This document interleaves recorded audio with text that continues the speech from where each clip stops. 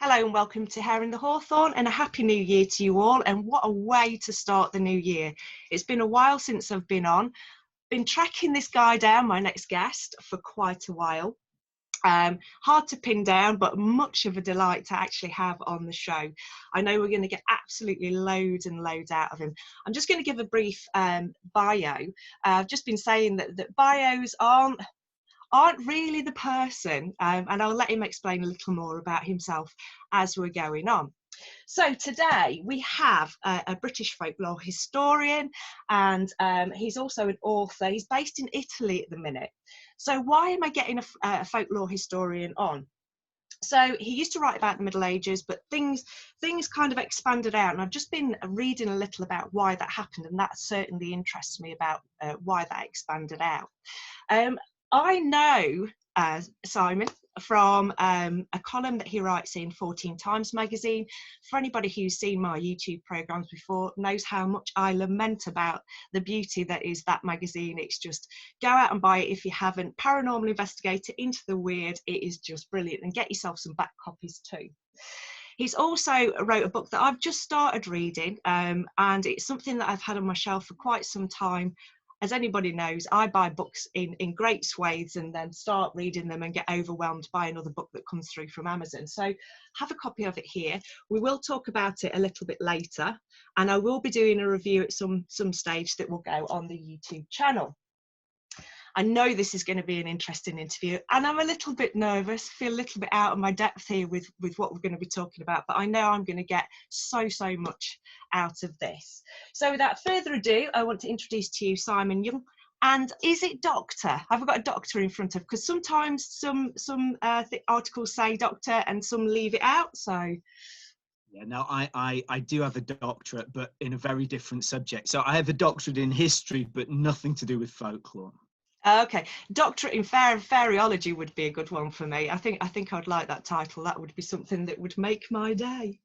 There are some doctorates in fairyology. I mean, there have been a couple of people, and the most famous person with a doctorate in what we could call fairyology was Walter Evans Wentz, who in, I think it was 1909, actually got a doctorate at Oxford University with a thesis that concluded saying, "I have now proved that fairies exist." Wow. Now, if you try and do that today at Oxford, you'd have a nasty shock, but Yeah. then it's just about possible.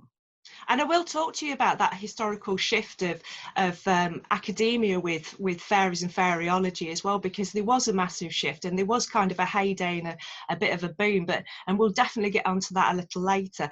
I want to start with you where it all started, because the very brief thing that I read was an article by you, and I can't remember what website it was on. I flicked through this morning about it, but it's a really interesting story. Most people that I speak to, when I talk to them about their experiences with the weird in general, they usually start off with something like, in my childhood, or I had this weird experience. But for you, it's slightly different, isn't it? Well, so there were quite a few things there. I should say that I've always been interested in folklore. So even when I was a kid and in my teens, I remember reading around stuff. But when I was at university, I studied church history, ecclesiastical history, and that was the area I concentrated on. But then in my 30s, I went through a period of very serious illness. This was in my late 30s. And it was one of these things where happily I came out the other side, but it was a little bit touch and go for a while. And when I came out the other side, I just really, it was like starting my life again. And I'd spent a lot of time, hundreds and hundreds of hours writing and researching medieval history. But I just felt when I came out the other side that I didn't want to do this anymore. And, you know, sometimes I tried, but it no longer felt the same to me. And so at that point, I began writing about different things. And I tried a little bit here, I tried a little bit there. I remember writing an article on cavalry charges in the Second World War. So I've always been interested by slightly quirky stuff. But one of the things I wrote about was fairy lore, that, as I said, is something that had fascinated me for many years. I fell in love with it very, very quickly. And this would be, I'm now 48, so this was about 10 years ago. And it was just, as always with these things, that the sign that it's meant to be is you feel you're enveloped by this great sense, a sense of passion. And so I began to read around it, to research it. And I think that my nature, my personality is such that I'm not going to be someone who is very open to having supernatural experiences. And I tend to be a little bit of a skeptic, let's say a small s skeptic in these things, in many of these things. But I think for me, it's almost doing research on these things is my way of having the experiences that other people have. I'm kind of enjoying the experiences at second hand, if you like. And so I guess that's my story, and that's how I got into the subject. So what was it particular? I mean, going from history has got so many quirks in it. So what is it particularly about fairy and folklore that kind of attracted you in? Well, I have a friend who was saying to me the other day that when I was, as I said before, when I was in my 20s, I studied church history. And he said, it's just like you, Simon, that you studied church history because you couldn't actually be religious. It was your way of being religious. And you then studied fairies because you couldn't do the supernatural personally, but it's your way of connecting. And I think that guy is spot on. I think that's pretty much what happened. It was, I felt there was some kind of connection there. It was something that I really enjoyed. And in the same way I used to enjoy reading about hermits in 7th century Ireland, I enjoy reading about local beliefs with fairies. I suppose as well, maybe I feel I'm connecting as well to things that have been lost to some extent. I had a really exciting experience just a couple of days ago, which is a classic example of this. I'm doing an article at the moment on mermaid place names of all things. I've been collecting as many mermaid place names in Britain as I can find. And I discovered that in the 19th century there was a mermaid cave in a little village in the north of Scotland. And I managed to get in by hook and crook into the Facebook group of this village. And you can imagine these poor people woke up to a very weird message from me saying, have you heard about this mermaid cave? And they were very, very nice about it. This mermaid cave had been forgotten. But in the middle of this, a woman from the village wrote to me about an experience that her mother had had. Her mother had just died a couple of years ago, and she'd had this experience in the early 30s. One day she'd been walking on the beach, and she'd seen a mermaid. The mermaid was there on the beach, and this 8-year-old kid saw the mermaid combing its hair, she said, with a shell. And no one in the village believed her, but there was one religious family in the village that said, no, we think it's true, and we'll know if it's true, because if she really saw this, there will be a storm tonight. And in fact, that night, there was the mother of all storms. Now, I don't know what to make of this, but what I can tell you is finding that story has been the best thing of 2021 so far. It's digging up stuff like this. This will be one of the last times in northern Scotland that someone saw a mermaid. This is a tradition that goes back hundreds, maybe thousands of years. And I was privileged enough to stumble on this account of someone who passed just a couple of years ago and that was remembered in this family and in this community. And it's one of these things, it's easier to say what it is that I like than to explain why, but that is the stuff that drives me wild. Finding stuff like that, where I feel that I'm touching something that's almost palpitating. It's so real and so exciting.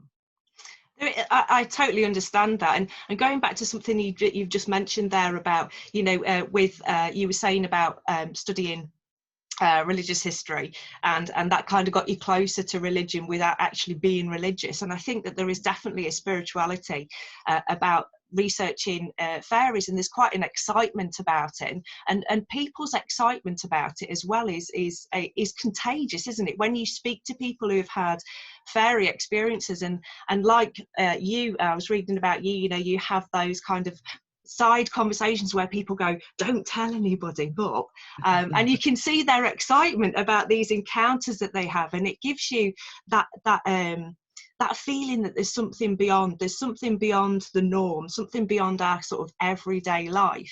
And going on from that, I was really excited. I remember coming across in 14 Times, you were asking for people to join in the Fairy Census, and I do want to really delve deep with that with you. And I was one of the participants. I'll hold my hands up. I was one of the people who wrote in with I've had a handful of experiences that I could say are in that kind of realm. Like you, I'm skeptical with a little s, so I will pick everything apart as much as I possibly can before becoming, any conclusions about it. And I wrote into that census. For me, it's modern fairy encounters really rock my boat, because history for me, when we're looking, it's those tall tales, and I can understand why you are very passionate about keeping that history alive. But for me, modern encounters really put it into a context of they've never gone away. They're still there, and the stories that have come out of that census, I'm sure, and I would like you to sort of elaborate on this, have very much connections with encounters that happened in the past, didn't they? They're not disconnected in the quality of what people have been experiencing. Yeah, I mean, for me, this is always one of the most interesting things with supernatural experiences. And this is true of ghost lore, it's true of fairy lore. And I think if we had a long enough perspective, it would be true of what I would call alien lore, or probably Sasquatch lore, if we had enough accounts over long enough time. You have these two things happening simultaneously. First of all, there are clear connections between things that are happening now and things that happened literally hundreds and possibly thousands of years ago. But on the other hand, things change. And at least for me, that's the really fascinating thing. The way that the ghosts we see today don't look like the ghosts that people saw 200 years ago. And the fairies that we see today don't look like the fairies that people saw 200 or 300 years ago. And I don't think that necessarily means that these sightings are in some senses a misunderstanding, or that fairies don't exist. I really don't know, but I stand by that. I do think you see this change through time, and the change that I always talk about with people, because I think it hits you between the eyes, are wings. Yes. Fairies' wings. If you talk to people, well, you're not going to talk to people from 2 or 3 centuries ago, but if you read accounts of fairies from, say, 300 or 400 years ago, there are no wings. Mm-hmm. It just doesn't happen. But then if you move on, when you get to the late 1700s, for the very first time, fairy wings begin to appear in paintings. So we have paintings and illustrations from before, where there were no wings. And then from the late 1700s, you get this minority of paintings and drawings where fairies have wings. That grows through the 19th century, so through the 1800s. And then in about the middle of the 1800s, middle of the 1800s, you start to get wings in stories, particularly children's stories. And then by the time you get to the First World War, if you think of the Cottingley fairies, people start to see fairies with wings. And when you get to the fairy census, I mean, a good number of those sightings, maybe a quarter or a third, have fairy wings. I mean, you have fairies with wings. And so that's a clear example for me of how things change. Now, what you make of that, I don't go, because I don't really feel I could say, but that it happens, I promise you, this is something real. You have a change as you go through time.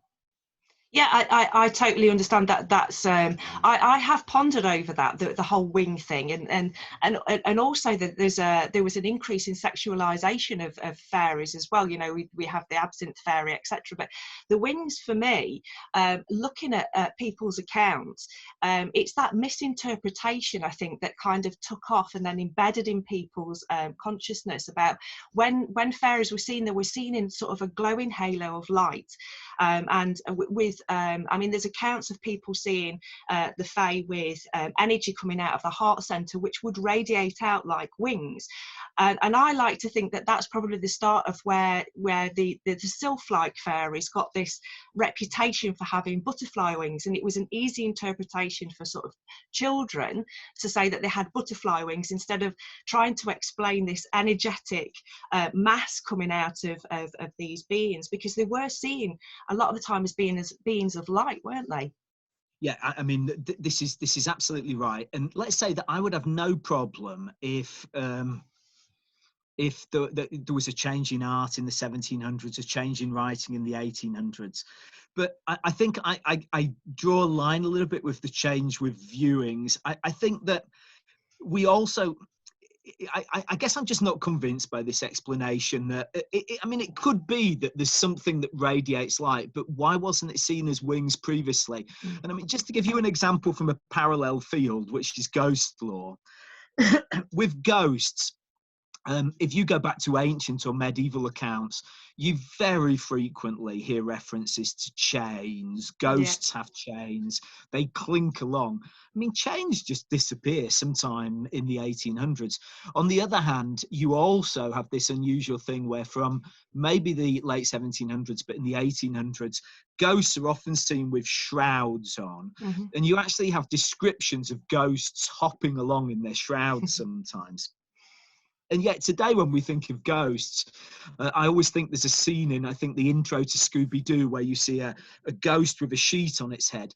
We think more in those terms today, and perhaps not even. And so, I would stand by the thing that we have changes in the supernatural, and this, for some reason, alters the way that people see the supernatural. Now, again, why that should be, I think, broadly speaking, there are two possible explanations. One is that what we're seeing is something that's happening in our brain. It's not something that's actually taking place outside us, or at least it somehow starts in our brain. Maybe there's some kind of weird interaction with the world. How you explain that, I don't know. The other possibility is that there is the supernatural exists, but that for some reason, and here again, it's tempting to bring the brain in, it takes on the forms that we expect it to take on. And one of the things that I always like in the fairy census and when I get fairy accounts is the number of times that people compare a fairy they've seen to a famous fairy. Mm-hmm. So this might be the Cottingley fairies, it might be Tinkerbell from the Tinkerbell cartoons. Quite often, I say quite often, 2 or 3 times I've seen references to characters from Lord of the Rings. These are things that people have seen. It's what they know. So it's absolutely normal for these people to compare their experience to something known, a common point of reference. But I guess I also sometimes have the suspicion, is it possible that these images are actually feeding into their brain? Mm-hmm. I'm not questioning for a second the sincerity of what people see, but if you have to account from where the images come from, is it possible that their data banks are part of what's producing this? Yeah, I definitely agree. I think how we interpret things, there's so many levels, and I'm kind of a bit mind blown by the concepts of us putting out and projecting into the world and then receiving back, and we're limited in our senses. I've just come off the roller coaster ride, which is the Holographic Universe by Michael Tolbert.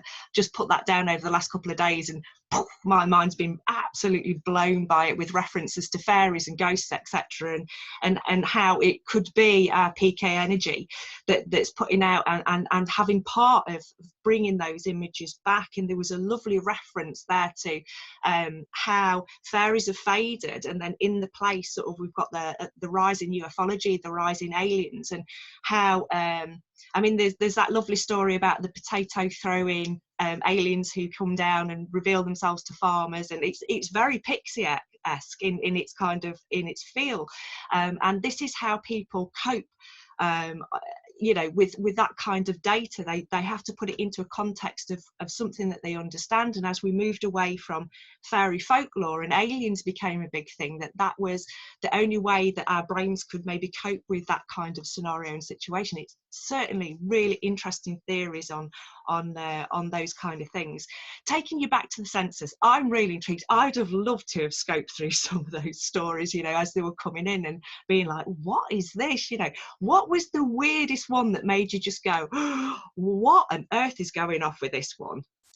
Yeah. Oh, that's a tricky question. I mean, when I was reading through it, every so often I would come across one and I would say in my head, this person is a liar. This person has just invented this.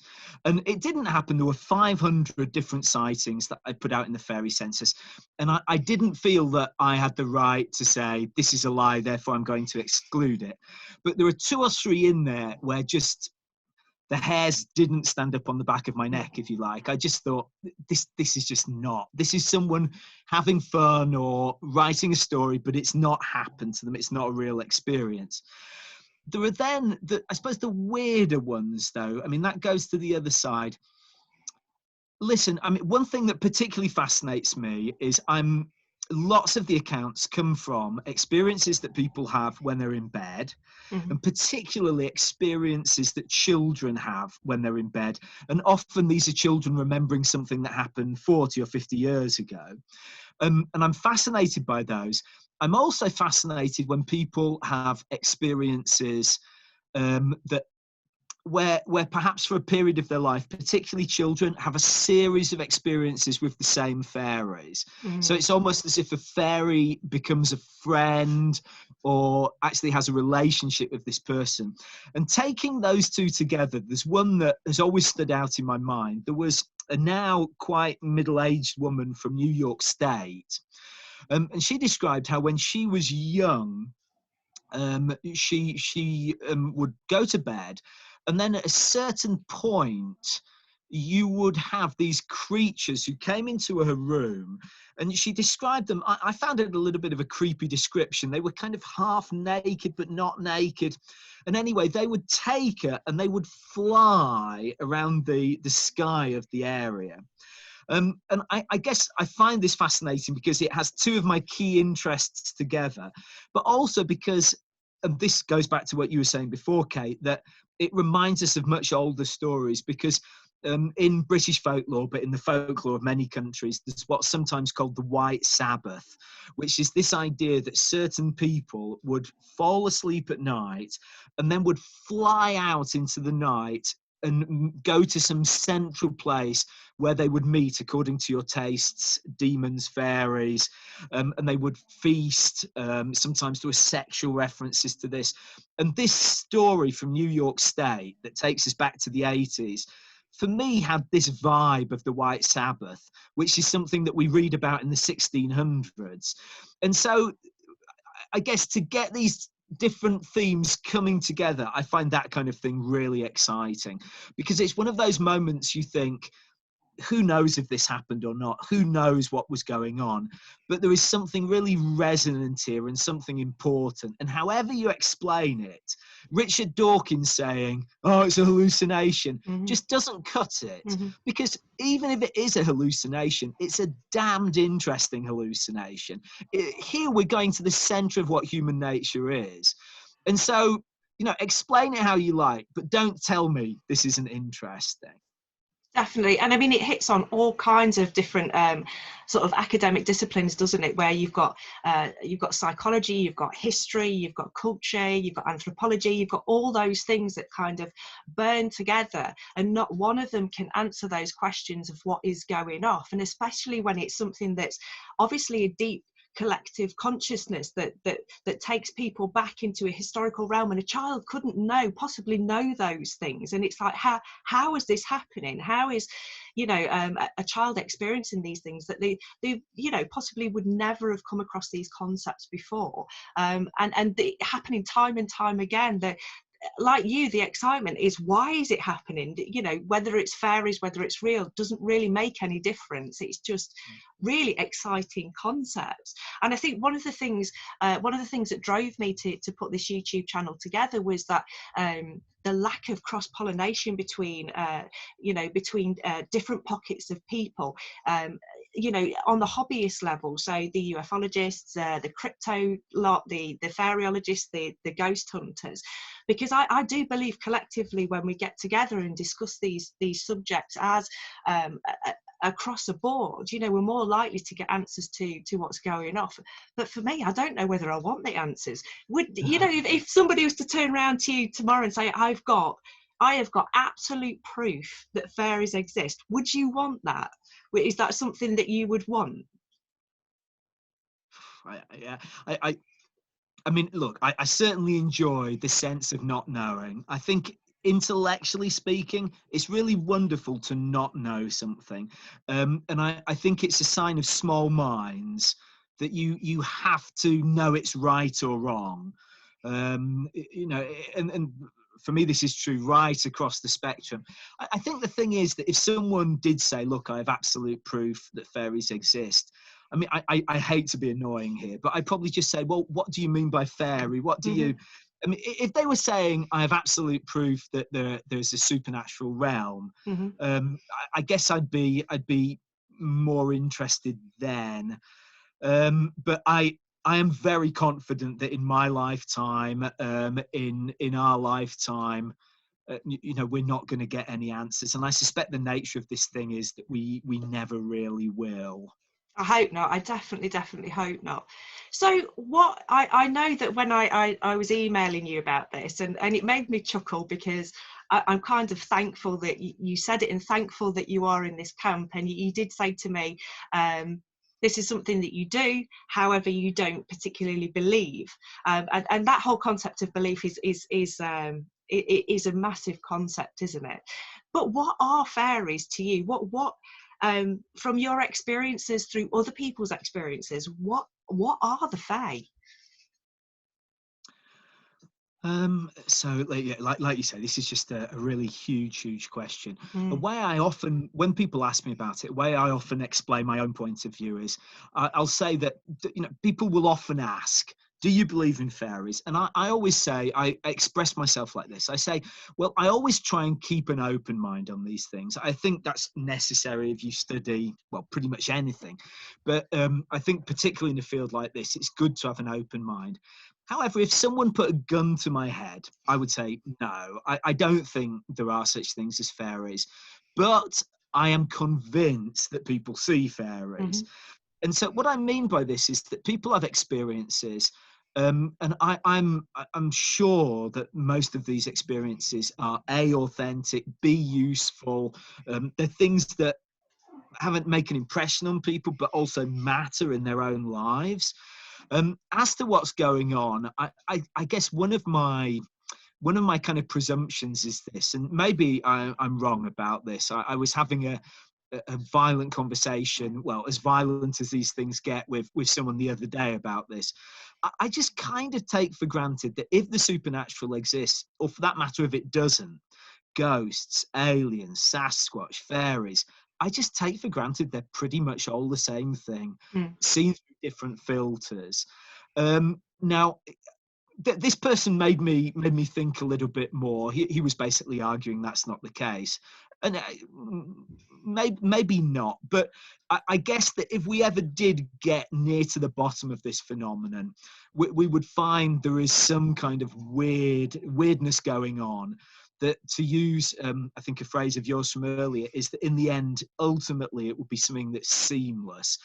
Now, whether it really is supernatural, again, I'm kind of skeptical. But once more, what I'd go back to is that right from the beginning of human experience, people have had these experiences. They've had it through a whole range of things. Entire religions have been founded on these experiences. It's clearly a vital part of human experience.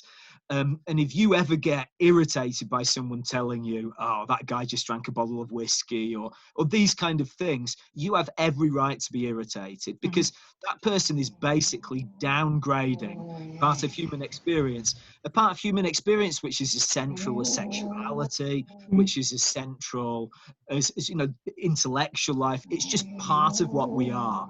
And pretending it's not around is intellectual cowardice. I'm not saying that you have to sign up to saying there are fairies at the bottom of the garden, but I do become a bit irritated when people just roll their eyes and say it doesn't matter. It matters. And why does it matter? Why do you think, as human beings, that, throughout history we've had these experiences? Why does it matter to us? Well, I think one thing to say is this, that I said a couple of minutes ago, it's as an important part of human nature as, say, sexuality. I wonder if that's true in this sense, that sexuality is something that involves, let's say, 90% of humanity. There are some people who would class themselves as being asexual, but sexuality is something that most of us live with and most of us deal with. With supernatural experiences, probably the number of people who have supernatural experiences is far, far lower. And here, it all depends whether you're talking about frequent supernatural experience, one-off supernatural experiences.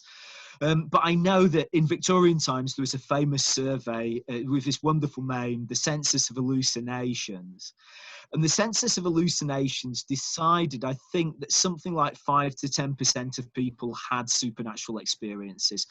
I suspect that number is rather higher. But maybe what you have here it's not something that's just at the individual level. Perhaps if you think of it socially, a given society needs a certain number of people to have these experiences. And maybe these are the people who, in more primitive settings, and by primitive I mean simpler settings, less complex civilizations than ours, maybe these are the kind of people who become healers, who become shamans, take on these kind of roles. And here you could have the uber materialist who says, well, listen, maybe there was something in our past for these people, but they no longer matter. And I guess I'm not convinced by that. I think that we still need these people in different roles in our society.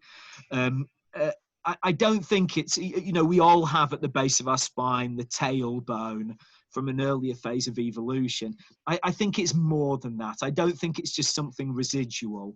And I think the proof of this is the number of people who watch your YouTube channel, the number of people who listen to similar things like this.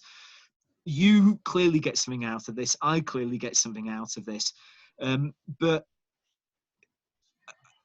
to what extent, I wonder if I was right before when I said it involves all of us, but I think it involves a decent number of us to one extent or another, either as interested observers or people actually having these experiences. And for me, people who have these experiences are carrying out a human role. They're doing something important in our society generally, even if it's just bringing new dreams, new images, even if it's just writing a novel, even if it's, I say just here, creating the new paintings that will then become a Disney film 50 years later, this kind of thing. Do you think that part of it is that with fairies, it's very easy to put out into the world stories of morality? I know that when you look at fairy folklore and fairy stories, they're very much about themes of keeping us safe, or the things that religion does as well. It's all those kind of moral path things. For me, that there seems like a distinction. I find it very difficult to read fairy tales as opposed to fairy experiences because of that context. And I think there's very much something solid to play with there, isn't there? That because it's outside our realms of normality, that you can go really anywhere with it. Yeah, so listen, this is a bit of a bugbear of mine, so I give you fair warning. But it's certainly true that when you read fairy stories and even fairy experiences, sometimes they do have moral content. The classic example is that if you were a scullery maid, in the 1600s and you didn't tidy the kitchen properly, you would be pinched black and blue by the house spirit or the pixies or the fairies or whoever. And there's no question about this. But I think what irritates me a bit is some people, and clearly, Kate, you weren't doing this, but some people, and perhaps particularly some historians are very bad at this, reduce this entire category of experience to what could be called a functional explanation. There's a very famous history book from the 70s by oh goodness, I'm going to forget his name. This always happens. But it's a no, it's not going to come. But anyway, the book is called Magic and the Decline of Religion, or sorry, Religion and the Decline of Magic, and it's all about the changes. And the author, who's going to drive me mad now until I finish talking to you, the author basically explains fairies simply in functional terms. The fairies would steal your baby if you didn't look after the baby. And I think that this is part of it. There's no question. And like you say, it's part of what religion is too. But would you really reduce all the experiences of Islam, say, to keeping our bodies clean or doing exercises when we pray? Or anyone who has had a numinous experience will know how limiting that explanation is. And it really is a very, very inadequate way to deal with a complicated phenomenon. And by all means say, yes, this is part of it, because it is. But again, don't just say this is all it is and move on, because it's so much more. Because Kate, if that was all it was, it wouldn't exist. It wouldn't have traction. It has traction because there are experiences behind it that keep it pinned to the wall. Yeah, definitely. I definitely agree. And I think it's that that outside the functionality that keeps us motivated to keep looking into it and keep our excitement and our curiosity about it, really. Because if it was pure functionality, it would just be a Haynes manual, wouldn't it? It would just be absolutely, yeah, and that kind of boring sort of text. Definitely. I want to talk to you about the Fairy Investigation Society. It's definitely a love of mine. And just a bit more, could you explain to people what the Fairy Investigation Society is, what your involvement is, and how it is within the world, where it fits within the world? Right. So basically, in the 1920s, 1930s, a group of people in London set up something called the Fairy Investigation Society. This was basically an organisation by people who believed in fairies, and many of them had had personal experience with fairies, and they basically wanted to convince the world that fairies existed. And this organisation, I mean, it kept going. It kept going through the 30s, the 40s. It briefly ceased in the Second World War. It started up again with a lot of energy in the later 40s, 50s, 60s. And then it kind of wound down. I mean, the members just died out, essentially. It wound down. And I think it's fair to say that by the late 70s, it had essentially ceased to exist. I know of one guy who actually wrote a letter to the Fairy Investigation Society in the late 70s, and he got a letter back saying, look, no one's interested anymore. And so it just died away. And I guess when I became very interested in fairies in, I suppose the 2010s, well, the early 2010s, I became particularly interested with a woman called Marjorie Johnson, who had been the great stalwart of the Fairy Investigation Society in, let's think, in the 50s above all. And she put together what for me was the inspiration for the Fairy Census, which was this book called Seeing Fairies, which is well worth looking at. And I thought it would be fun to try and recreate the Fairy Investigation Society. The only thing was, though, that I tried to make it a little bit more, let's say, ecumenical, or perhaps even a little bit more secular.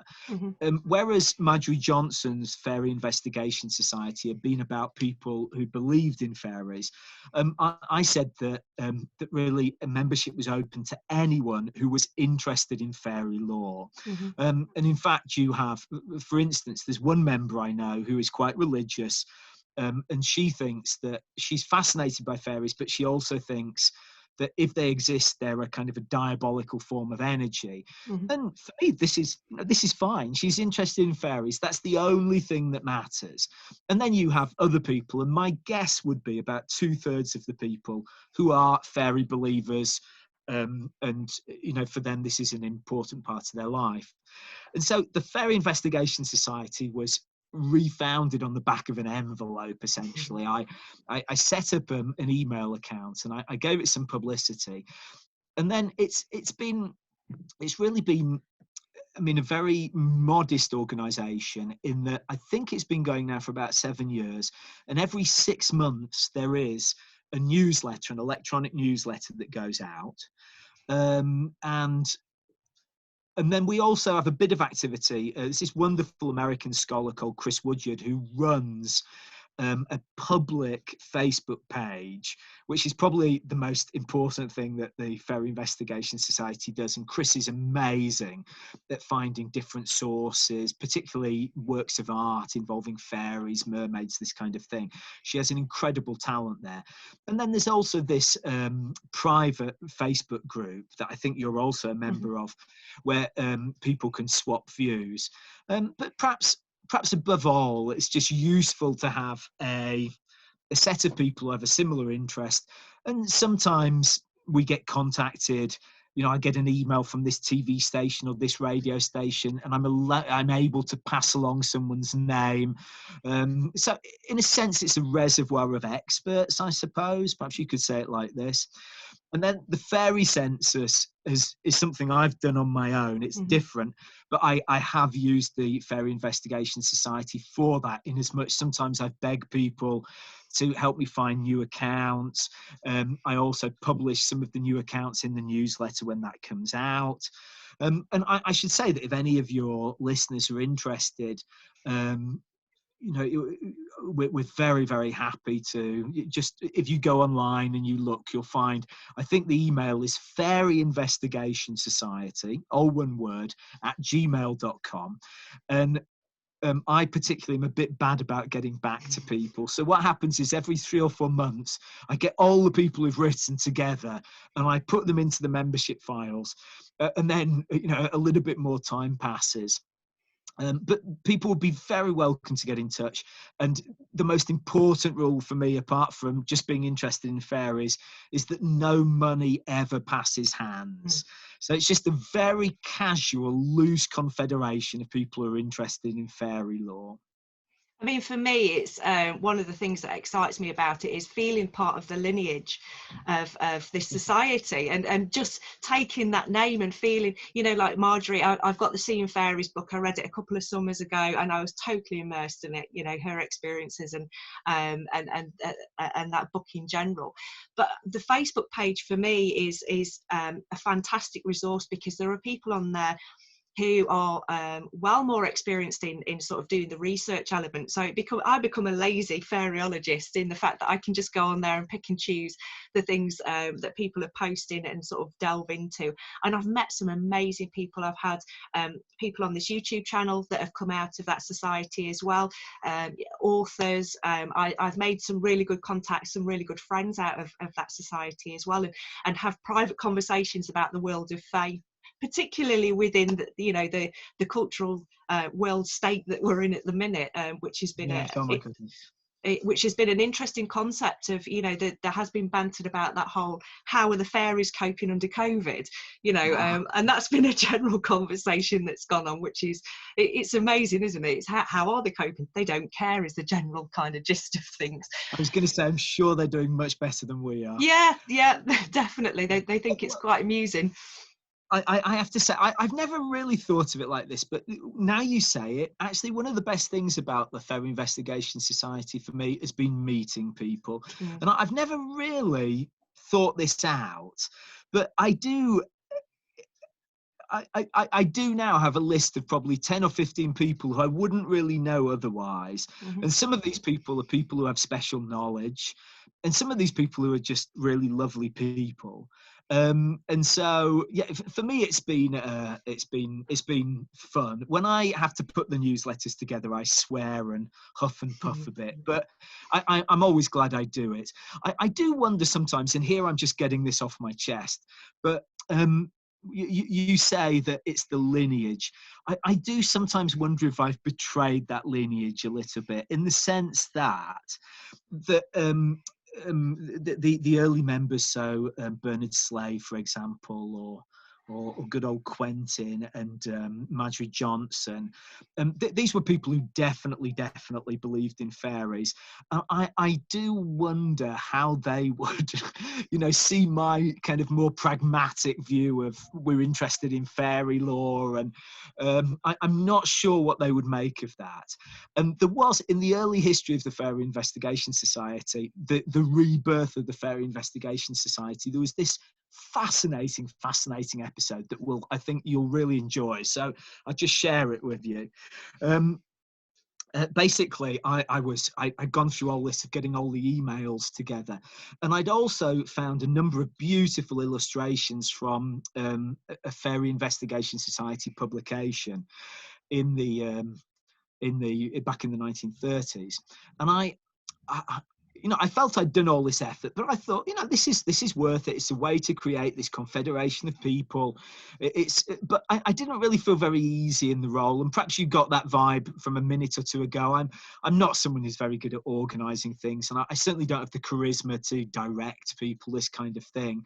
And so, in a sense, I'd left it like this. I'd also opened the Fairy Investigation Society much wider than it had been traditionally. And then one day I went to the computer and I had an email from one of the other early members. And she said, Simon, I think it's good that you've put up the page on Facebook, but I think it could have been done a lot better. And I said, but I don't even use Facebook. What's this? And so I went there using my wife's account. And I was just absolutely stunned to find that someone had ripped off all of these pictures that I got and had set up a rival Fairy Investigation Society. And I just really didn't know what to do, because in a sense, I wanted the Fairy Investigation Society to exist, but really, if someone else was going to do it for me, I was all up for that. And so I wrote a nice email to these people saying, what is this? And of course, they never got back to me. But this was basically a fundamentalist version of the Fairy Investigation Society. It was a kind of a Southern Baptist, back to the roots Fairy Investigation Society. And we, a couple of months afterwards, we set up a page on Facebook. And I've always been curious about this weird shadow organisation. And sometimes people would get in touch and say, but the Fairy Investigation Society said this. And I said, that wasn't us. Mm-hmm. And so it went on. And I'm very sorry to say that this page has now disappeared. But it was this kind of weird Siamese twin version of the Fairy Investigation Society. And if anyone's listening who was involved in this, please send me an email and tell me what was going on, because I'm really curious. And I hope wherever you are, I like to think that there's a group of 10 or 12 of these people who are still going and, still keeping the flame alive. Some kind of secret society that are meeting underground in a cave somewhere. That's the image that comes to my mind. Yeah. But Kate, when you talked about lineage, this is the true lineage. This is the Merovingian bloodline. This is the real deal, yeah. I think what you were saying about what would they think, the original members, I think they would love the fact that you were taking charge of this, just because, I mean, in my mind, you're almost like the keeper of the historical past and where we're going in the future. I mean, looking at your background there, it's kind of, you are the keeper of that library and keeping things alive and pushing things forward. I mean, with the Fairy Census, for me, that was super exciting, because it felt like nobody was doing anything about that side of it. And the fact in 14 times, I want your column to be like a page spread every time I open it up. You know, it's just this column down the side, and I'm like, there's so much more to this. Come on, let's. And I know occasionally there has been more references to fairies within 14. There's been bigger articles in there, and just something sprang to mind when you're chatting there about secret societies and underground. I've got to very briefly talk to you about, and I know this is off piste a bit, but Erwin Saunders. Have you come across, I'm sure you've come across the whole Erwin Saunders Pixie YouTube thing. Have you seen that? That was a 14 article as well a few months ago. Oh, look, I don't know. The name rings a massive bell, but in the same way I couldn't remember the most important British historian of the last 50 years. But the name rings a huge bell. I think I might have corresponded with this guy, but tell me more. Tell me more. So he put it's become sort of almost like he's a mythological creature in his own right. He put some YouTube videos up of real pixies that are incredibly well CGI'd. I know that I will be shot down by the fairy community for saying that, because a lot of people truly believe this. They are beautiful in their own rights. You know, I was from the get-go, I was like, this guy is absolutely genius. He's brilliant, because, you know, he's obviously acting this David Bellamy type of role where he's in the undergrowth and he's kind of pointing out in the forest where these pixies are, and it just generated so much excitement within the community. It's like, who is this guy? And then he disappeared, and there's I think there's a Facebook page that says, you know, that he was taken away with the fairies and stuff. It's just a modern mystery. It's brilliant. It's brilliant. Okay, well, that sounds like a lot of fun. It sounds like a lot of fun. I don't know if you've come across this guy, but there was a guy who used to write in 14 Times, and he published, I think, again, I could be wrong about this, but in the 80s, and he did these remarkable fakes, remarkable for their time, where, for example, he managed to convince the Southwestern press that a serpent had been seen, was it in Hale Harbour or Falmouth Harbour? It's dock something. Yeah. And he also did these rather disturbing pictures I found with his daughter in a wood, with some fairies that had been placed there. And they were successes to Cottingley. I mean, they were meant to be a lot of fun, but clearly there's also a lineage going down from Cottingley of these wonderful fairy fakes. And like you say, they're a lot of fun. And I think we should be happy when these things take place, because they show an interest, and they're opening up the subject to a much wider public. They're good in every way. And it does generate that interest as well, doesn't it? And it does bring people back into the kind of roots about what fairies are. I mean, in my experience in the paranormal, I said to you before that I've become sort of a bit of a sideline go-to person when it comes to fairies within the ghost hunting community, and I'm more than happy, you know, to sort of start opening up those discussions with people. Talking about that, I can't let you go without chatting to you. There's a couple more questions that I've got about the kind of the dark side of fae. And there's two things really that I get asked a lot, which is how did the fairies develop from these well-respected, almost haunting type experiences? And one story that I kind of relate back to sort of the poltergeist stroke fairy stroke crypto is Jeff the Mongoose, which is one of my all-time favourite stories.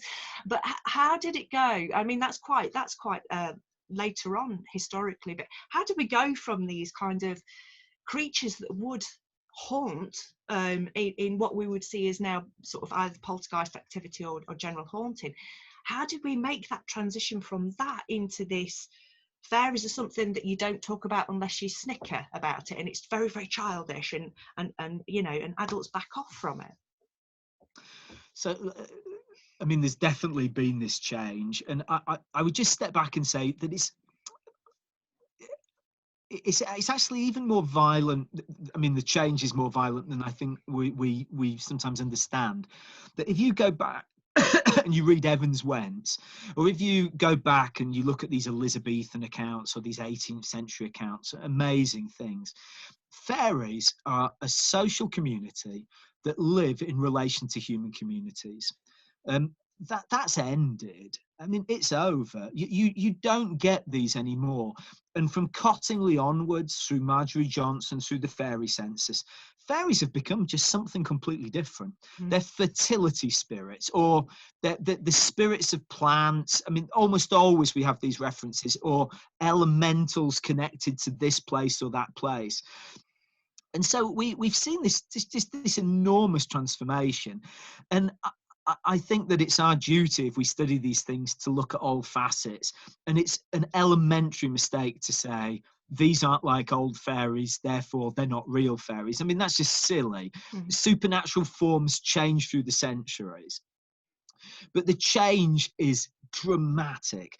And I would say that it's actually much more radical than the change, say, in ghost lore, where, you know, give or take, we're still in the same general area.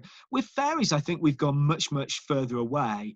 And my interest is particularly, I suppose, in the traditional fairies of Evans, Wentz, and before. And I think one of the things that always excites me about them is just how scary they are. You know, reading fairy encounters in Evans, Wentz, it's like reading these little horror stories. I think that in the end, we get the monsters we deserve. And you could say, well, that means we're all nice people, because now we're getting these lovely tutu-wearing fairies flying around with roses and this kind of thing. But I think that paradoxically, perhaps the worse monsters we get, the more we open ourselves up. I'm not sure. Here I'm just running on some fairly suspect instincts. But I'm not sure it necessarily reflects well on us that fairies today are usually so, let's say, sympathetic. But even in the fairy census, and I'm now preparing the second fairy census, you do get these occasional accounts of I wouldn't say necessarily old style fairies, but frightening fairies. Fairies who have, you know, they're not just all kisses and light and give me a hug.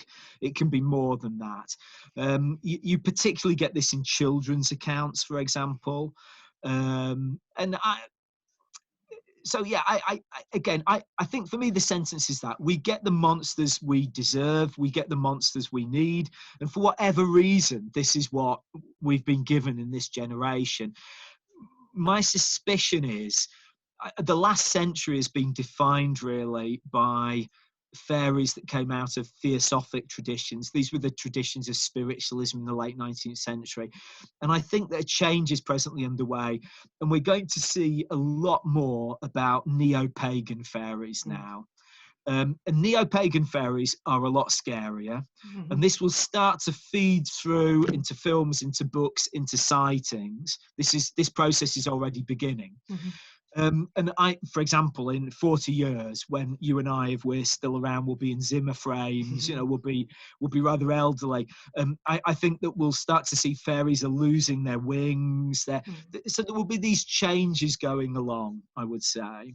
Definitely. I mean, I know within the ghost hunting community, when people have picked up on these things, and it has become something in my mind that's a new relationship, but there is that whole word imp or pixie that's being bantered about, and it's not the winged fairies that are pricking up people's interest within that community, which, you know, goes hand in hand. You know, you have spooks, you have the sort of slightly more malevolent energies of the fairy world, and I think that will filter out, and we've seen that. I mean, I've for instance, memes are a great way of looking at how things are changing culturally, and there are dark fairy memes that are really quite scary. I was having a look on the internet last night, and I've just got to share this with you, because there are terminologies for things that are coming out all the time that I'm like, that is just genius.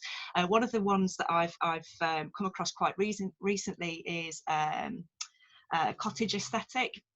cottage, and the offshoot of that is cottagecore, which is very much that kind of rural aesthetic of harking back to floaty dresses, etc. But the cottagecore really caught my eye because it's this slightly darker, more pagan aspect of it. So there is a real want for people to get back to nature and get back to sort of older, simpler ways, even if it's in an aesthetic way. And I think the fairy sort of mythology will move on with that, and I'm hoping the kind of fairies move on with that as well and become sort of a bit more gnarly and a bit darker. And I don't know why I crave that, actually. I don't know what it is within me that kind of wants this slightly more earthy aspect to them. So yeah, I feel the same. I feel the same. But I recognise that feeling that I prefer reading an Arthur Machen fairy horror story, you know, to reading a very saccharine description of how the fairies fixed my roses. And I'm not downplaying at all. I mean, if this is how people see them, it's how people see them. But I share that interest in that darker side. Yeah. Yeah, definitely. Where can people find the fairy census? Because it's online, isn't it? Okay, so let me give you let me even make an appeal at this point. That the fairy census was, I think it was 2014 to 2017, and it was put into one PDF file, and that PDF file is online in two places. It's online in my academia site. There's a kind of, this is Facebook for academics. It's called academia.edu. Edu, and if you go to my page there, you'll find lots of my articles on fairies and things, and you'll find the fairy census. However, if you type fairy census into Google, you'll also come to the fairy census page where you can leave your own experiences. And those experiences, on that page, there is also a link which allows you to download the PDF of the first fairy census. I'm a little bit disorganized with this, but I think I'm presently at about 210 experiences. My hope is when I get to 250 to publish the second fairy census. So it'll only be half as long as the first one, but the idea is that they go together. In other words, for example, if someone wants to study Australian fairies, they just get the sum of Australian fairies in the two censuses. And obviously things change, but in the back of my mind, my dream will be to go on until I get to about 2000. And so that would mean another 4 or 5 fairy censuses after this. And again, I'll be in my Zimmer frame by then, but it will be, my hope is to create this encyclopedia of fairy experiences that can be used by believers, non-believers, artists, cartoonists, filmmakers, and I just to get it out there so that people can enjoy this stuff. And I would appeal to your readers your viewers, that if they have a fairy experience, or if they know someone who has had one, if they can go to the fairy census page, they can fill out these. This questionnaire that takes anything from 5 to 15 minutes, depending really on how much you write on the experience itself. If you just hate doing that kind of thing, but you want the experience to be counted, just send me an email and say, look, this is an experience I had. I'm not going to jump through your ridiculous hoops, and I will still put it in the fairy census. It won't be as useful because it will be more difficult to say this is from this place in this year, but it's still useful. The fairy census obviously is anonymous. I take that very, very seriously. And remember that even if you don't agree with many of the things I've been saying today, some of my doubts about fairies and the like, you're speaking through the fairy census, you're speaking to a much wider public. You're speaking to people like yourselves, people who are very unlike yourselves, but your voice is being heard. And for me, that's the central thing with the fairy census. And personally, I'm more interested in the people who see fairies and under what conditions than I am in the fairies, because I think you can't study fairies, but you can study people. But the fairy census is there, and I really hope that this conversation will bring some more sightings. That's my fingers crossed here. So, and then the other thing to say is, if people are interested in the Fairy Investigation Society, it's very, very low maintenance. I mean, the simplest thing you can do is just send an email. As I said, a few weeks later, I'll reply. You'll be enlisted. You'll then start getting the newsletters. And then if you want to go deeper, you can get involved in the Facebook page and so on. But above all, yes, it can be a place to compare notes, to meet other people with similar interests. Definitely. Just going back to the Fairy Census quite quickly, I always felt like I needed a hard copy. Is there any chance in the future that we're going to get this published and it's going to, because for me this is kind of, it is the holding place for tomorrow's myths and legends, you know, and like you say, the references within the census are going to be invaluable to historians, to you know, to a whole plethora of people. And I think it's just so important that our history is documented in this way. Are we going to get a book? Right. So during COVID, so I mean, for anyone listening to this in the future, we're now in the second year of this thing. It's now January 2021. God knows how much of this is ahead of us. But at the beginning, when lockdown took place in Italy, I essentially, you know, I no longer had a job, and so I did something I've been thinking about for a few years and set up a small publishing house via print on demand. And I used it to bring out a number of rare 19th century folklore works. And I think that in the end, I did 5 of these. This was at the beginning of lockdown in Italy. It was just really a strategy for sanity and a way to earn a little bit of money on the side. I'm still playing around with this concept, but when I get it sorted out, I would like to publish the Fairy Census. For me, it's very important that the Fairy Census is free, but I have no scruples morally making money out of print-on-demand copies, if that makes sense.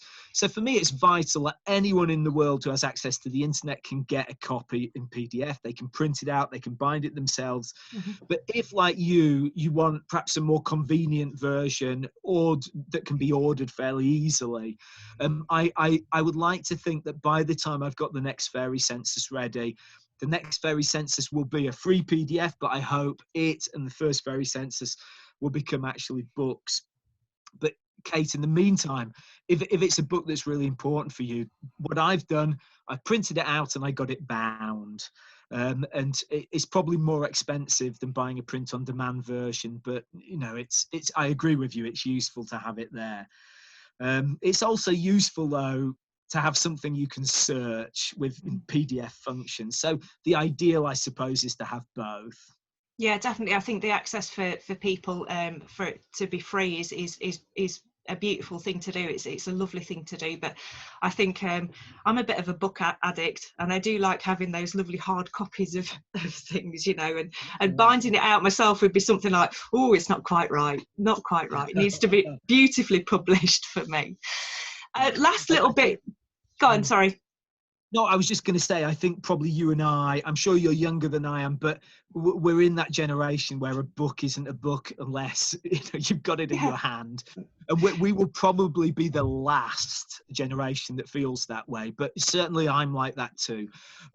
If I have a work that for me is important, for example, if there are a series of blogs that I really like, I just print them out and actually get them bound so I can read them properly. Yeah, I think there's. I have more. I think I have more of a connection with the writer as well when it's on paper. I don't know what the psychology of that is. If it's on a screen, I find it very, very difficult. I find it very impersonal. Last little bit, because I've kept you so long. I could talk to you all day. I seriously could, and I know there's so much that I wanted to delve into, it sort of history-wise, etc. But it's been a fantastic talk. What's next for you? I know COVID's kind of putting the breakers on a lot of people right now, but what's next for you in terms of the folklore, the Fairy Investigation Society? What's the dream? Where are we going? Right. So I have I think that I'm now a lifer in as much as I suspect I'll be doing this all the way to the Zimmer frame and maybe even a little bit beyond. I mean, things change. I thought that I would always study medieval history, and I I didn't. I left that behind to some extent. But I do have a number of books that I have coming or on the way, or gestating in my head. I have a book that's coming out this summer that I'm very proud of, called The Boggit, and it's about a Northern English, Midland English supernatural creature. And that should be coming out with University of Exeter Press in the summer. And there's a volume, a free PDF volume, but which is print on demand too, which is all the sources that I've used for this book. So it's a kind of a double whammy thing. I also have a book on Victorian urban legends, which is presently going through peer review. Mm-hmm. And that's a book that I had a lot of fun with. I've now have an agreement with Bedfordshire Historical and Record Society to do a book on the folklore of Bedfordshire. So I've got these projects on the go. I'm very interested in mermaids and water spirits at the moment.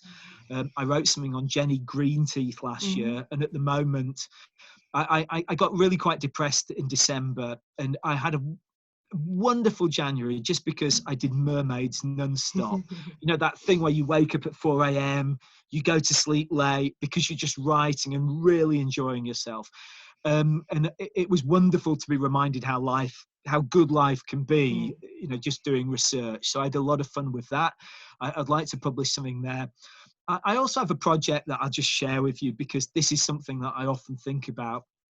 I have a project that's called Buried Empire, and this is a phrase of Hilary Mantel's from her books on Thomas Cromwell. There's a wonderful and lyrical part of one of, I think it's in the first of I think it's in Wolf Hall, the novel Wolf Hall, where she says, where Thomas Cromwell is speaking to himself, he's reflecting, and he says there's this kingdom of England, but there's also a buried empire. And this buried empire are the Hobbs, the Fairies, the Boggits, all these different supernatural creatures. And I've had now for 5 or 6 years the idea of creating this project that for me is Buried Empire, that would be essentially an atlas of the British supernatural. And I think that previous people have done this in a fairly superficial way, in that they've said, oh, Boggits are from Lancashire, this kind of thing. Whereas I've tried to do it, and I've done it with various supernatural creatures in a more scientific way. For example, charting where Boggits are through place names, or looking at different elements of fairy lore and actually putting these on the map. And so the idea would be a kind of a coffee table book, but with 70 or 80 maps in them. Basically charting the British supernatural, and this will drive some folklorists mad because it's what you're not supposed to do. But I grew up, my father is a very keen ornithologist, and I grew up with bird atlases, and to some extent this is, I think, the let's say the aesthetic inspiration behind that. And then other things, I really hope to do the next copy of the Fairy Census. And then I guess I'll see. But I think this is enough to be going on with. Yeah, definitely. Sooner or later, I would really like. I have a project in my head, which I think the title of is Oberon's Grandchildren, and this would be about fairies in Victorian Britain, but the traditional fairies. And I would love. I would love to write that book, but I think it's another one of these books that would take years and years and years to write. So it's a long way in the future. And I may even have made a fatal mistake by revealing the title because someone could steal it now. But this is the label in my head anyway. No, seriously, one of the great things about writing on fairies is that almost no one does it. So, you just potter along at your own pace. I love the idea of the atlas. It's interesting because a couple of years ago I started putting together, in the first instance, for my own reference, as I was going through various different books, I was noting down where different places were, where people had strong fairy interactions, or place names that had strong fairy connections. And I have spoken about it on this channel before about this year was going to be the year that I would start going around those places, taking notes, you know, that kind of thing. And I'd got to 178 places throughout Britain that are just fae alone, that are nothing else supernatural. And I know that there is hundreds and hundreds more that will go on that list and keep going. Unfortunately, you know, Kibosh, C19 Kibosh has stopped that kind of dream happening. So I'm going to have to sort of get my head back in the books and make that list a bit longer. And hopefully next year that'll be a roundabout way of doing that. But yeah, like you say, it's finding good quality reads on fairies. I found very difficult, but like I say, through the Fairy Investigation Society and through the work you've been doing, you know, keeping track on people who have a real kind of meat to the bones type of view on fairies. I found some brilliant publications. But one last question on that. Give me 2 books. If somebody's starting out looking at fairies, it's the worst question in the world when you're into your books, but 2 books that you would say massive recommendation. Okay, so I think the greatest living British folklorist, I mean, we're very lucky that we still have some now elderly folklorists who did incredible work back in the 70s and the 80s. There's John Widdowson, Jacqueline Simpson. But I think the person who's really writing just incredible stuff at the moment, who's at the height of his powers, is a guy you may have heard of called Jeremy Hart. And Jeremy Hart has written what I think is the best book on fairies. It's a book called Explore Fairy Traditions. And it's I think, at Heart of Albion Press. And if you want this book, go on Amazon as soon as you hear this, because the publisher rather, told me I think he has 3 copies left. And this book is fabulous, in that Jeremy is a very open-minded but very gifted person. So you don't get that narrow, tedious materialism of so many folklorists. But at the same time, you have someone who has got a mind that is just fizzing. It's very, very impressive. And Kate, thinking of yourself, Jeremy at the moment is writing a series of articles on place names. And I think, whereas I'm most interested in the macro, you know, what are the Boggett regions, what are the Jenny Greenteeth region, this kind of thing, Jeremy's much more interested in going to places and trying to tease out the nuances. And his stuff is always worth reading. So if you're getting into fairies, I would say Jeremy Hart's book on Explore Fairy Traditions, if you can get your hold of a copy. If you read that and you want something a little bit more advanced, there is, sorry, I'm not saying that Jeremy's not advanced, I meant more specialised. There is a really good book by Richard Greene on medieval fairies. It's by far the best book we have on medieval fairies. And I always forget the name of this book. I love this book, but for some reason, and I'm straying away from the computer to see if I can pick it off my shelves, but I can't. There's another really good book from the 1930s, which is impossible to get hold of now, but I've put up a PDF free, is a book by a woman called Latham, Latham, on Elizabethan fairies. That's a really beautiful book. And then, listen, I think I've touched there. I mean, for me, this is more the folklore side of fairies. But I think all 3 of those authors, when I read about the folklore of fairies, often authors irritate me because they take what's a wonderful subject and make it very dry. What I like about these 3 authors is you have a sense, not by any means that they're fairy believers, but that they're open to the awe of fairies, let's say. And so I'd recommend, I think these are the 3 books I'd recommend. I'll probably, look, I think I should also add, just to be fair, if you're starting off on fairies, the first books I ever read were Katherine Briggs's books. And I have some beefs with Katherine Briggs. I love Katherine Briggs. There's no one I'd rather have tea with, you know, in terms of great British folklorists. But I think that she's a kind of a first step, that then you go deeper. But if you really do want to just start with fairy folklore and get a general idea, Katherine Briggs is one of those authors who I think my understanding is she was quite a prickly person to know, but when you read her, you have this sense that you're in the company of someone who has got a lot of common sense, enjoys the subject, is fun to be with.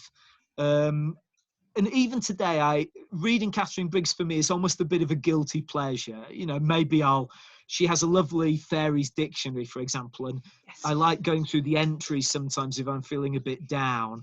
And it's one of those things where often I find myself disagreeing, but I enjoy being around Katherine Briggs. Yeah, so I think she's someone else. And if you're feeling a bit anxious about folklore, maybe Katherine Briggs is the best place to start, because she had a real talent for writing for everyone.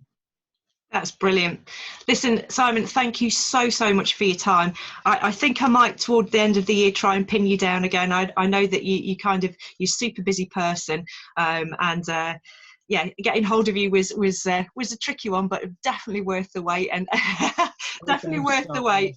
And what a way to start the new year. It's been an absolute joy and an absolute pleasure. So thank you so much for taking time out to chat with us here and give us loads of knowledge and lots of things to go on. So thank you so much. I had lots of fun. Thanks a lot. You're welcome.